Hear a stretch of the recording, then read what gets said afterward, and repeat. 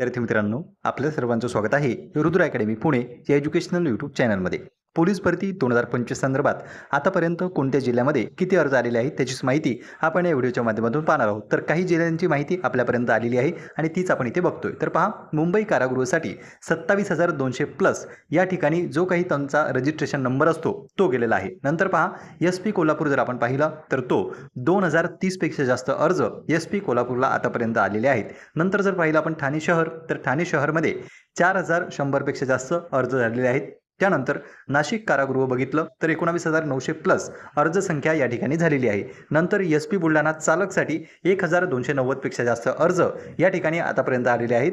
SRPF Varangaon जर आपण पाहिलं तर 18,700 प्लस अर्ज या ठिकाणी SRPF वरणगावसाठी झालेले आहेत. आणि सर्वात शेवटी SP पिंपरी चिंचवड जर आपण पाहिलं तर 2,300 प्लस अर्जसंख्या या ठिकाणी प्रसिद्ध करण्यात आलेली आहे. तर पहा विद्यार्थी मित्रांनो, आतापर्यंत जी काही माहिती आपल्यापर्यंत आली ती मी तुमच्यासोबत शेअर करत आहे.